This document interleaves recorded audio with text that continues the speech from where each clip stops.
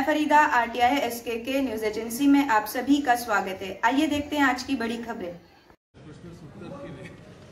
Corporation मध्ये ना जिल्हा परिषदचं इलेक्शन झालंय, ना नगरपालिका, ना महानगरपालिका, त्यामुळे सर्वसामान्य जनतेचे प्रश्न, हे ज्या अडचणी, जे नगरसेवक रोज त्यांच्या सुखदुःखात असतात, ती पूर्णपणे यंत्रणा ठप्प आहे। त्याच्यामुळे हे सगळे जे प्रश्न आहेत ते कोणीतरी मांडले पाहिजेत। म्हणून माझे अनेक वर्ष ज्यांनी अतिशय उत्तम काम कॉर्पोरेशनमध्ये केलं, अशा सहकाऱ्यांबरोबर दर 15 दिवसांनी 20 दिवसांनी मी कॉर्पोरेशनमध्ये येतो।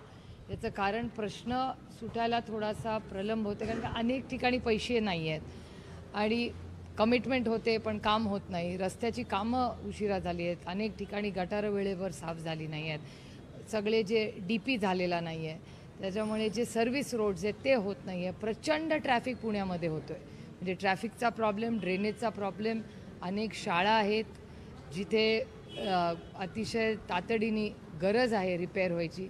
त्यानंतर 23 गावातला जो स्टाफ आहे, ग्रामपंचायतलीतला असेल, शिक्षणातला असेल किंवा सगळ्या किंडरगार्टन म्हणजे त्या अंगणवाडीतल्या ज्या सेविका असतील, मग किंवा हॉस्पिटल PHCs जे आधी होते, त्या सगळ्या स्टाफच्या अनेक महिने प्रलंबित प्रश्न। सगळ्यात मोठा प्रश्न टॅक्सचा। टॅक्स आचारसंहिता आहे म्हणून त्याच्यावर स्टे दिला होता। आता आचारसंहिता संपलेली आहे, मग आता सरकारचा निर्णय काय आहे स्टेवर? कारण का लोकांचं म्हणणं आहे की तेव्हा तुम्ही आम्हाला रिलीफ दिला होता। शिवणे असेल, उत्तम नगर असेल, सगळ्याच गावांमधला हा प्रश्न आहे आणि आता नोटिसेस यायला लागल्यात हळूहळू।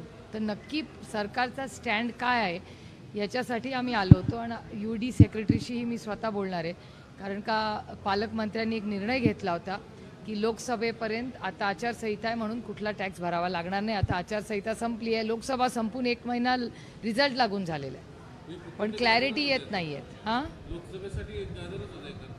आता मला ह्या प्रश्नाचं उत्तर मी नाही देऊ शकत, सरकारच देऊ शकतो। यापूर्वी पालकमंत्री अजितदादा दर 15 दिवसाला किंवा किमान आठवड्याला शुक्रवारी बैठक असायची, तर काहीच होत नाही। मला असं वाटतं हे सगळे प्रश्न तुम्हाला सरकारला विचारावे लागतील। मी विरोधी पक्षात आहे आणि हे MBBS सरकार आहे। MBBS म्हणजे महागाई, बेरोजगारी, भ्रष्टाचार सरकार, MBBS। आणि नीटच्या परीक्षेत तुम्ही बघितलं काय झालं।